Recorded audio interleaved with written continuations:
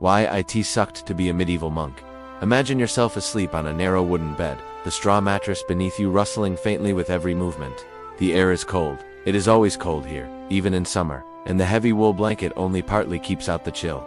Suddenly, the deep, resonant sound of a bell rolls through the dormitory. 1, 2, 3, measured chimes. It is the signal for matins, the night prayer, and it means you must rise. No matter how deep the darkness, no matter how heavy your eyes. It is 3 a.m., there is no lingering in bed, no waiting until the warmth returns. In the monastic life, obedience is immediate. You swing your feet to the cold stone floor, feeling the chill bite at your skin. Around you, other monks are already moving silently, their robes swaying softly as they shuffle towards the chapel. The only light comes from a few flickering torches and iron brackets along the wall. The shadows stretch tall and waver with the movement of the flame. Outside, the courtyard is silent except for the faint rustle of wind through the cloister garden and the occasional hoot of an owl somewhere in the dark. The chapel itself smells faintly of incense from the evening before.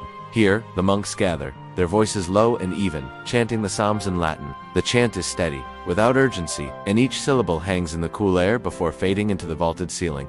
Matins will last perhaps an hour, followed by lauds, the dawn prayer. By the time you return to your bed, there may be just enough time to close your eyes before the bell calls you again. This time for prime, the morning service that marks the official start of the day. From here, the hours are divided with precision. Work is as much a form of devotion as prayer. Some monks head to the fields to tend vegetables or herbs, bending over the earth in long silence. Others go to the scriptorium, where the work of copying texts is done in near absolute quiet, broken only by the faint scratch of a quill on parchment. Meals are simple, bread pottage, perhaps a little cheese. Sometimes there is fish, but rarely meat, unless the rules have been relaxed for a feast day or an illness. Eating is done in silence, accompanied by the voice of a reader reciting from a religious text. The bell will call you again and again throughout the day, for sext, none, vespers, and finally compline, the evening prayer before bed. And so the cycle continues, each day almost indistinguishable from the last. There is comfort in the rhythm, perhaps, but also a kind of weariness that seeps into the bones.